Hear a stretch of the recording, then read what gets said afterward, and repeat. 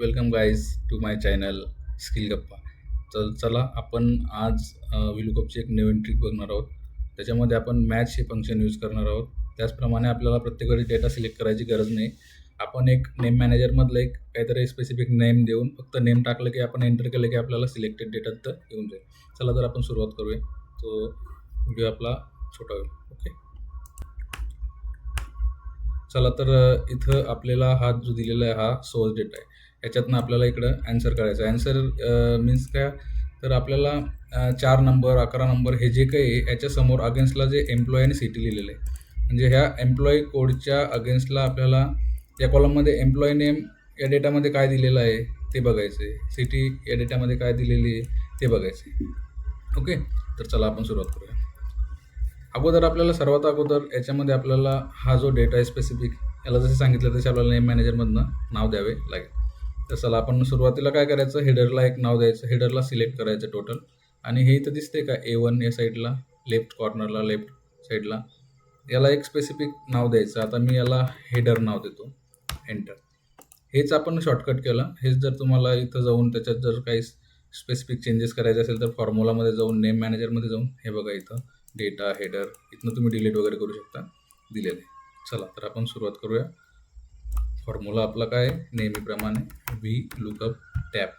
आता काय विचारलं आहे, लुकअप व्हॅल्यू. लुकअप व्हॅल्यू आपली काय असते, नेहमी युनिक नंबर, की ज्या नंबरवरनं ज्या गोष्टीवरनं आपल्याला डेटामधनं सोर्स डेटामधनं आपल्याला ॲन्सर काढायचं असतं.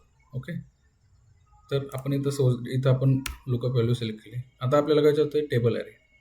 टेबल ॲरे आपण प्रत्येक वेळेस सिलेक्शन नाही करणार, कारण आपण आता इथं काय शॉर्टकट केलेली आहे, आपण इथं सोर्स डेटाला ऑलरेडी नेम काहीतरी नाव दिलेलं आहे सिलेक्ट करून. ओके, जे म्हणजे आपण सिलेक्शन करणार असतो दरवेळेस, तेच आपण अगोदर सिलेक्शन करून त्याला आपण स्पेसिफिक नाव दिलं.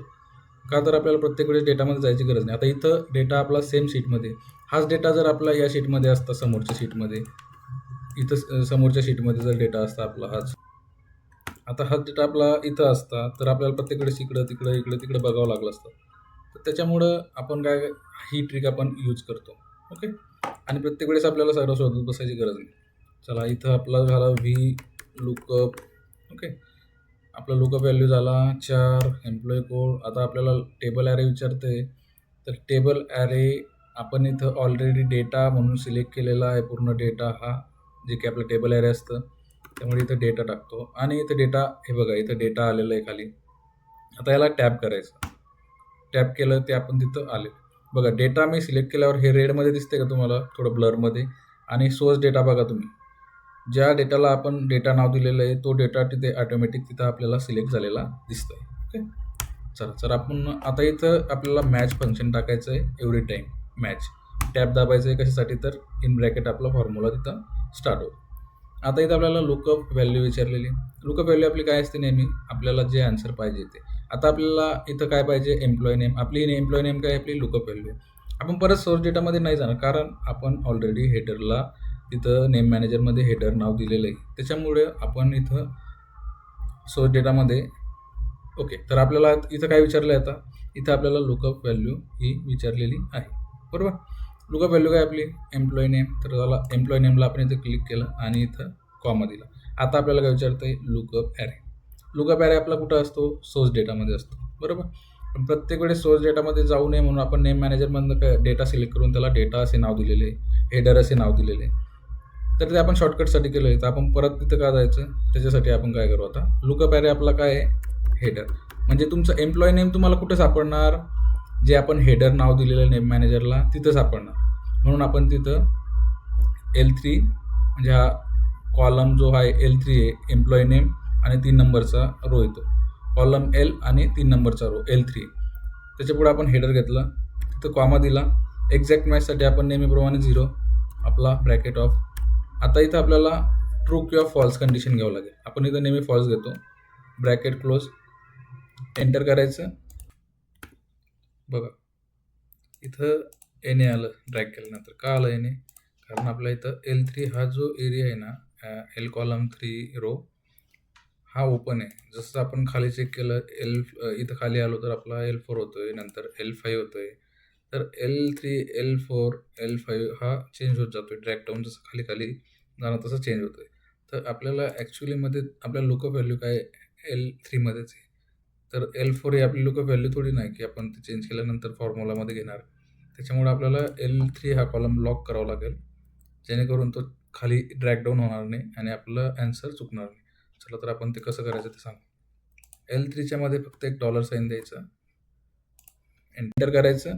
आता बघू, हे बघा आलं. आता इथं 2 ठिकाणी येणे आलेलं आहे, बरोबर. आता आपण येणेचं पण मी सांगतो तुम्हाला कसं करायचं. आता इथं आपण एक एक्झाम्पल बघू अजून. आपल्याला इथं काय काढायचं आहे आता सिटी. तर सिटी काढायची आहे तर आपल्याला आपलं जे लुकअप व्हॅल्यू ते सेमच राहणार आहे.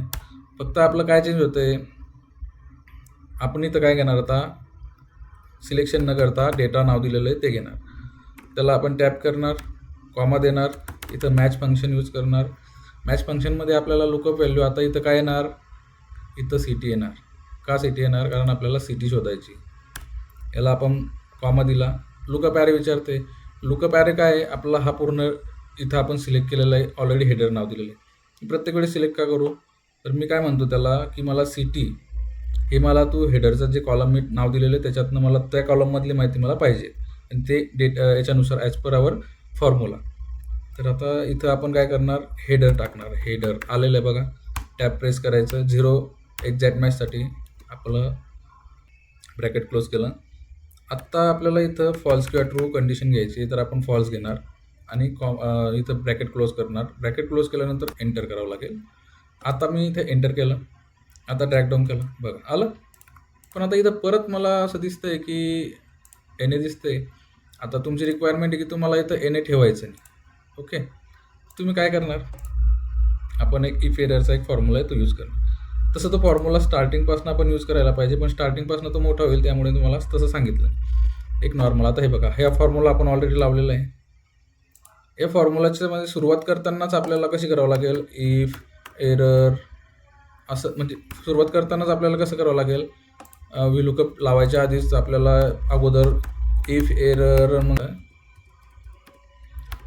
हां परत टॅप केलं, परत वी लुकअप घेतलं, परत मग तुम्ही असं तिथं सिलेक्ट केलं डेटा वगैरे. ते थोडंसं वास्ट वाटतं, त्याच्यामुळे तुम्हाला सिम्पल समजण्यासाठी मी तुम्हाला एक नंतर सांगतो होता. म्हणजे याच्यामध्ये ऑलरेडी दिलेलं आहे आपण फॉर्म्युला वी लुकअपचा. फक्त त्याच्या अगोदर आपल्याला काय करायचं आहे, इफ एरर हे टाकायचं आहे. इथं बघा, इफ एरर जे फॉर्म्युले असतात ना, तुम्ही शॉर्टकट टाकले तरी ते तिथे ॲटोमॅटिक जे मायक्रोसॉफ्ट एक्सेल आहे ना ते ग्रॅब करून घेतं. तर याला प्रेस केला आपण टॅप.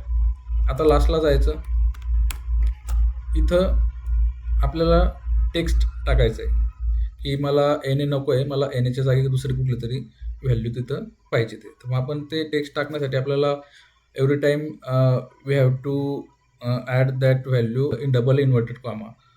आपण जर डबल इन्व्हर्टेड कॉमामध्ये जर दिलं नाही तर ती व्हॅल्यू तिथं आपल्याला फॉर्म्युला एरर दाखवेल. चला मी इथं टाकतो नॉट फाउंड.